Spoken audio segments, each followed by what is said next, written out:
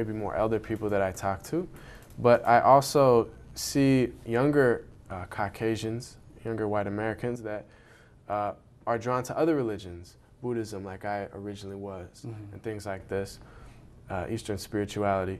And I think, you know, this is partly falls a burden on us as Muslims.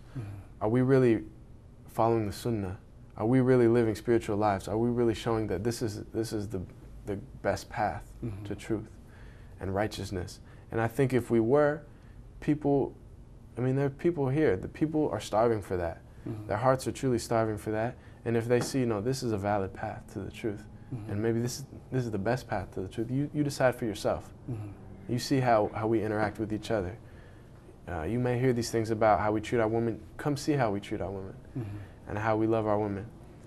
You know, and you see how we, that brotherhood that we talked about earlier, how we treat each other and how we treat the non-Muslims and how we truly want to help those who are in need. Things like that. And I think that really is a burden on the Americans, because on the American Muslims and the Muslims around the world, are we truly living up to this covenant of Islam? And, you know, a lot of Muslims aren't. And in fact, I know I've had friends of mine who've converted and things like this, who have left Islam, because they read about Islam and they said, this is the truth. I believe this. But then they met Muslims and they said, no, this can't be the truth anymore. These people are no better than I am, or I was. They're not living a better lifestyle than I was. They're not closer to God than I was when I didn't even know if I believed in God. And it's very sad. And but it's like I always tell my viewers at the closing of this program, is don't judge Islam by the people, but judge the people by Islam. And I don't think that's really a good argument, really, because if you believe something, you're not going to say, well, I believe it's the truth, but these people aren't really living by the truth, so I'm not even going to try. Well, hold on. Live the truth then, and help them maybe. You know, maybe you could help them. So that's how I look at it. And now you're the director of this place called the Islamic House on this campus here on the University of Washington. Tell us a bit about the establishment of this place and the importance it plays in the lives of the Muslim students here. We're very blessed here at the University of Washington to have a house like the Islamic House.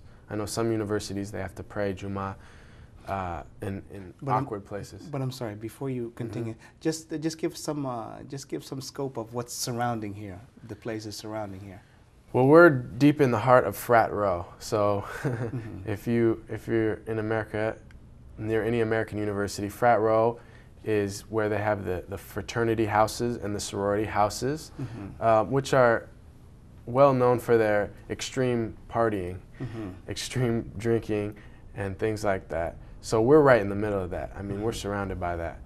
And so I think you commented before, like this is an oasis in the middle of all of that. That's what we're trying to do. We're trying to create an oasis of remembrance in the sea of forgetfulness. That's what we try to say. So. MashaAllah, MashaAllah. So just tell us a bit more about this place and its function and some of the activities which you conduct here.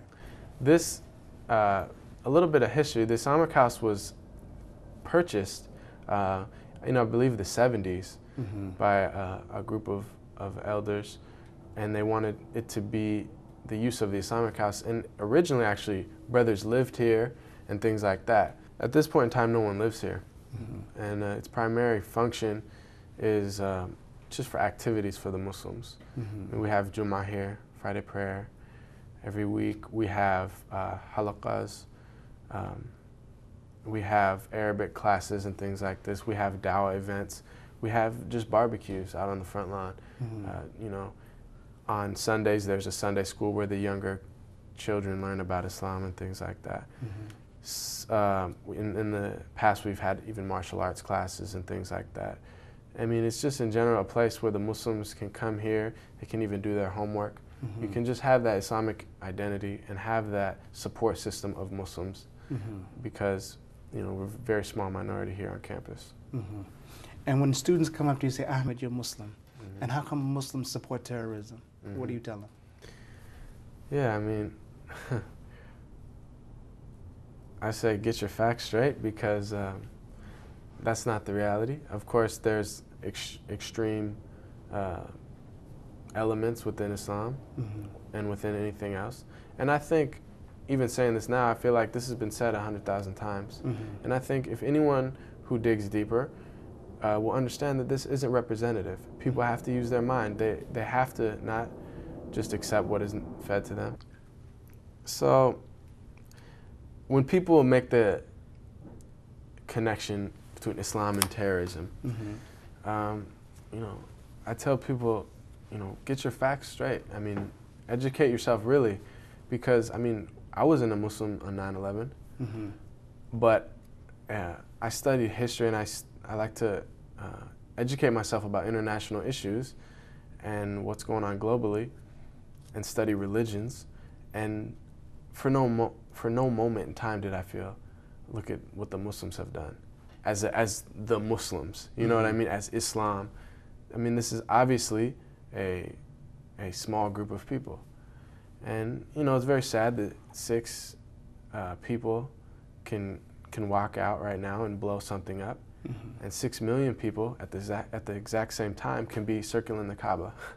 I mean, subhanAllah, that's one of the most beautiful images ever. I've known people that simply saw a picture of the Kaaba at Hajj and became Muslim. You know, you see this, and you know, but you know, unfortunately, that's not what people see. Right.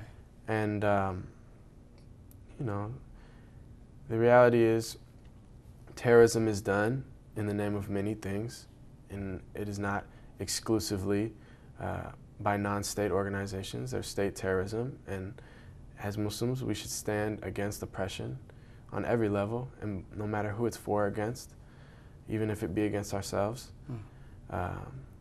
And so that's what I try to tell them. Well, Ahmed, again, thank you very much for spending some time with us and allowing us to use this facility, the Islamic House, here on the campus of the University of Washington.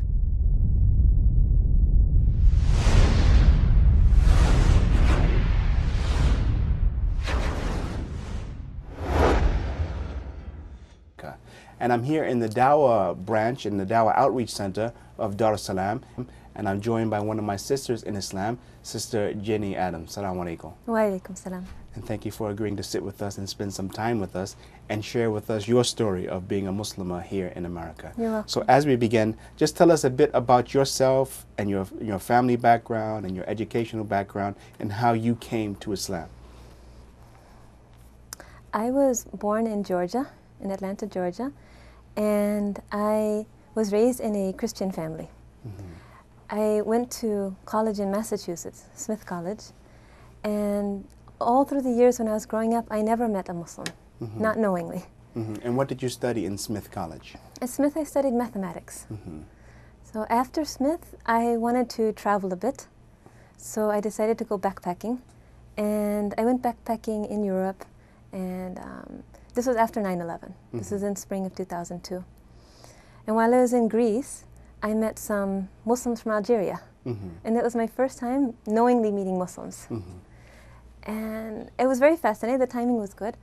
And I started asking them questions about Islam and, of course, about 9/11, just curiosity.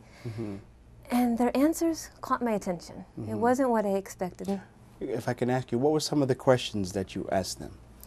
I asked them obvious questions about 9/11, like what happened, why did this happen? And, of course, they didn't really know any more than anyone else at the time. And then I asked them about God. Like, who is God? How do they know God? And their answers, they were very confident, and they tried to explain like what they understood of God. And it matched my concept that there's one God, and that they didn't worship a human being, they don't worship anybody else. And just the way they answered, more than anything else, caught my attention and made me want to find out more. Now, did you come from a very religious family? I mean, did you have a very religious upbringing? Yes, definitely. Like, we went to church every week, and we were involved in the church activities. And I was a child, and we were always very active. And when I got older, then